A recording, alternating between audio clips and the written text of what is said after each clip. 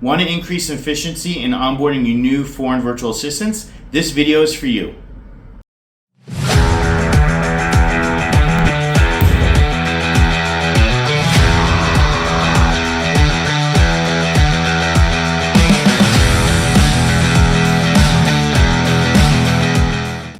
Making sure you have an efficient onboarding process for your virtual assistants is super critical to making sure that they get started off on the right foot and that you're going to have the most likelihood of success with your virtual assistant and your virtual assistant success with your company. So today we're going to go over a few of the things that you need to make sure that you go over and discuss and review and get done when you're onboarding your virtual assistants. Now, the first thing I always make sure to tell people, you should verify this when you're doing the interview process, but that is going to be making sure that they have the right equipment to do everything that you need them to do. So if they're working remote, do they have the right computer? Do they have a webcam? Do they have a headset? Do they have the camera equipment? Whatever it is that they need to have, you want to, again, verify and make sure that they have the right equipment. Now, with that being said, a lot of times you will have virtual assistants tell you that they have the right equipment, but and they do, but maybe they have an older PC or maybe they have older equipment that's not quite up to speed. You can go into more detail on this if you didn't during the interview process, and you can see, hey, maybe do we need to look at getting you some better equipment? Do you need to go out and get some better equipment? And you can kind of nip those problems in the butt right now. It's not going to be a great experience for you if you're getting your virtual assistant onboarded, they're starting to do their tasks, maybe they're taking more time, maybe they're just not getting things done correctly, maybe they're not meeting your expectations, but they seem like they're a great employee. Having the wrong equipment can make that situation, and it's completely avoidable just by making sure they have the right equipment in the beginning. The next thing that you're going to want to really make sure that you go over with your employee and make sure is completed, even a virtual employee, even a virtual assistant, is going to be the paperwork and is going to be the handbook. And so you want to make sure that you have the handbook given to them, that they've read it, that they have signed it. You want to make sure that they have any onboarding, hiring paperwork, maybe tax registration, or emergency contact information, or anything else that you require from your company for your virtual assistant to work for you. You need to make sure that you have done. Now, there's not a whole lot of paperwork that really typically goes into the typical foreign virtual assistant, but any paperwork that is specific to your company or specific to your virtual assistant's specific scenario, maybe you're helping them with insurance, you want to see the policies and that kind of thing, just to verify that, the cost of those things. You need to make sure you have those things done during this process. That should be one of the first things you do. And the third thing is going to be setting expectations around training and goals. So obviously a new employee coming to your company is not going to know all of the software. They're not going to know all of the systems. They're not going to know all of the processes. They're not going to know all of your internal methods. And so you're going to need to give your virtual assistant time. Set aside specific time for your virtual assistant to spend on training and on learning the systems, the processes, the software, the tools, the methodologies, all of those things. You need to give your virtual assistant time to learn those things. Now, as far as expectations go, you need to be giving them expectations on how much time they should be allowed to spend on that, how much time it should take them to complete that training, as well as you should be setting expectations for goals.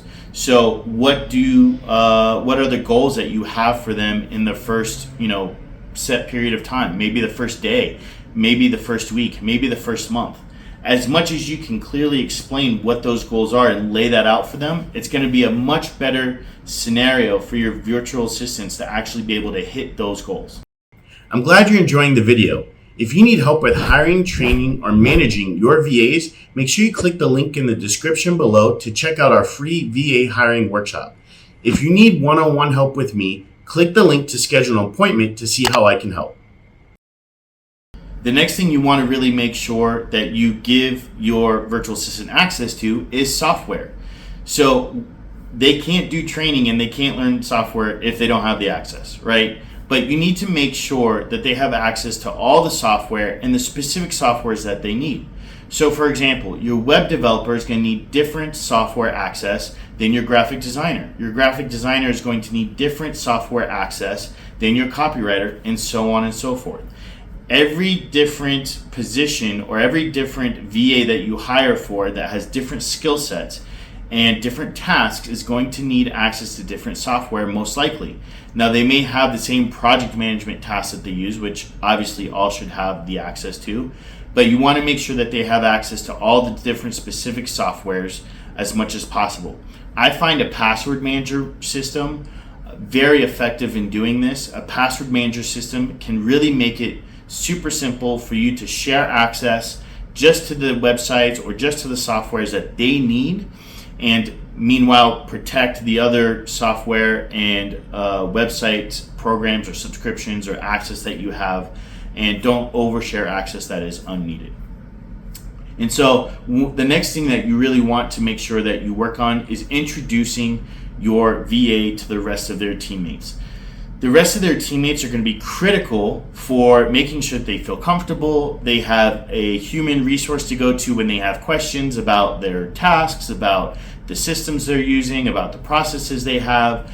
So you really want to make sure that you do a very warm introduction, explain who each person is, explain what they do, and how that relates to the new virtual assistant's role in the company, to the tasks that they're going to be doing. So, hey, so-and-so, when you are starting to work on this task, this person would have worked on that task before you, and this person works on that task after you.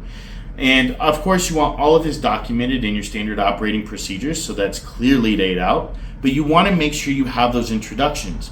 Having a new virtual assistant, make sure that they feel welcomed, make sure that they feel a part of the team, and make sure that they feel they can go to their peers and they can ask questions and they can use them as a resource, is again going to be extremely helpful to getting your virtual assistant onboarded and getting your virtual assistant effective and efficient as quickly as possible.